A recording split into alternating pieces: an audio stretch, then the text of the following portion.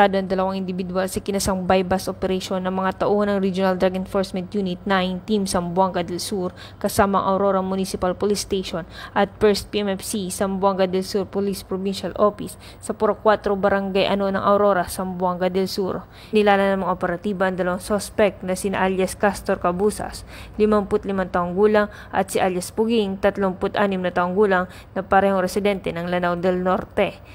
Nakumpiska sa mga suspect ang 54 pieces small transparent heat-sealed plastic sachet na nagkakahalagang 272,000 pesos, dalawang cellular phone, dalawang improvised glass water pipe, dalawang lighter, isang reading glass case at isang 500 peso bill bilang mark money.